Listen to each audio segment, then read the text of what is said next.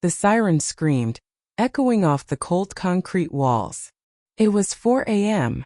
Caleb jumped from his cot, his heart hammering the same rhythm it had for 20 years. "Mask! Now!" his father roared. Caleb grabbed the rubber mask, smelling of stale talcum powder, and shoved it over his face.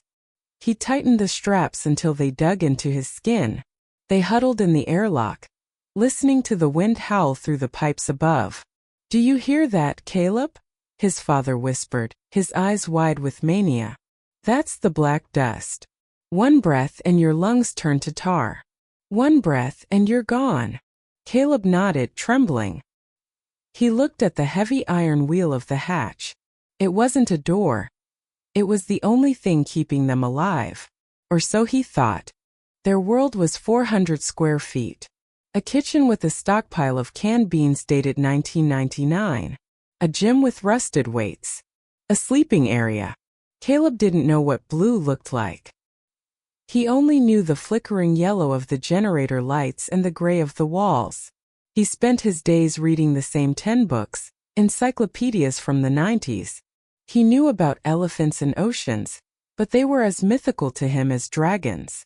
"Tell me about the before," Caleb would ask while eating cold soup.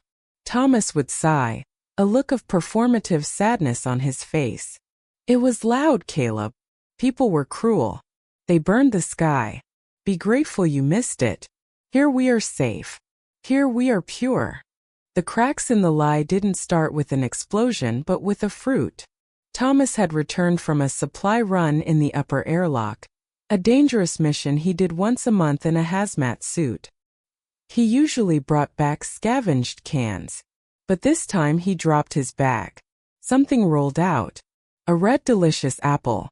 It was shiny. It had a sticker. It smelled sweet.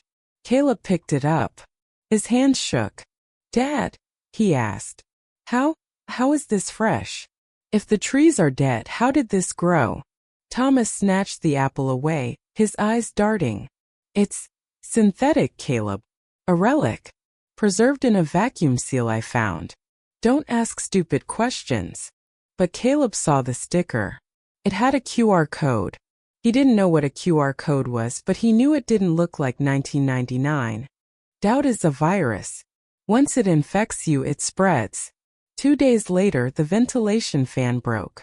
Silence fell over the bunker. Thomas was asleep. Caleb climbed up to the vent to check the blades.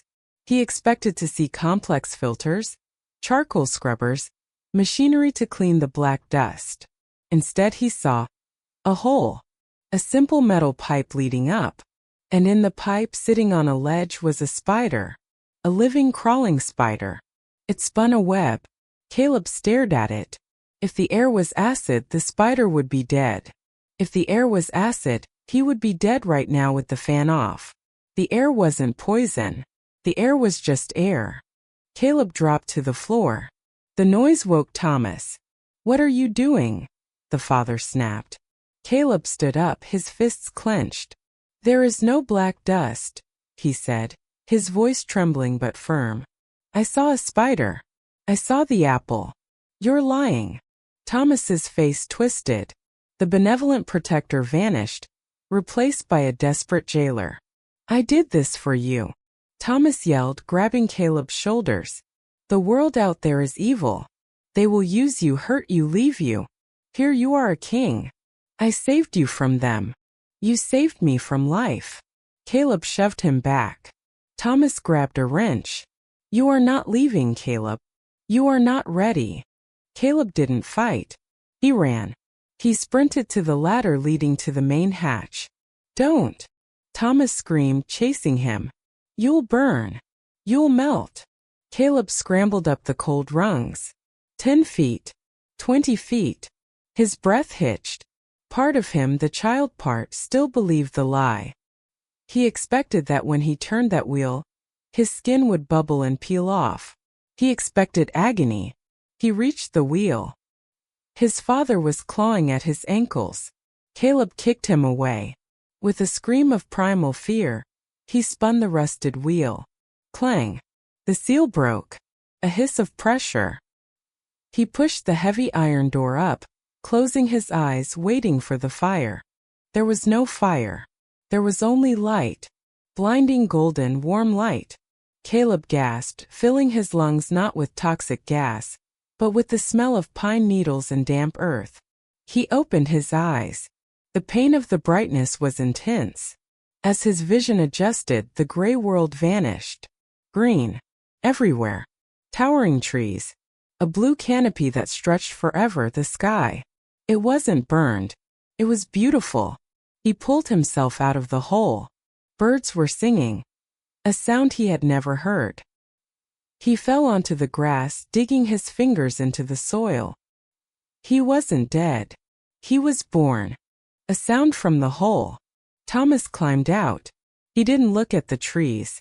He didn't look at the sky. He covered his eyes, cowering like a vampire exposed to the sun.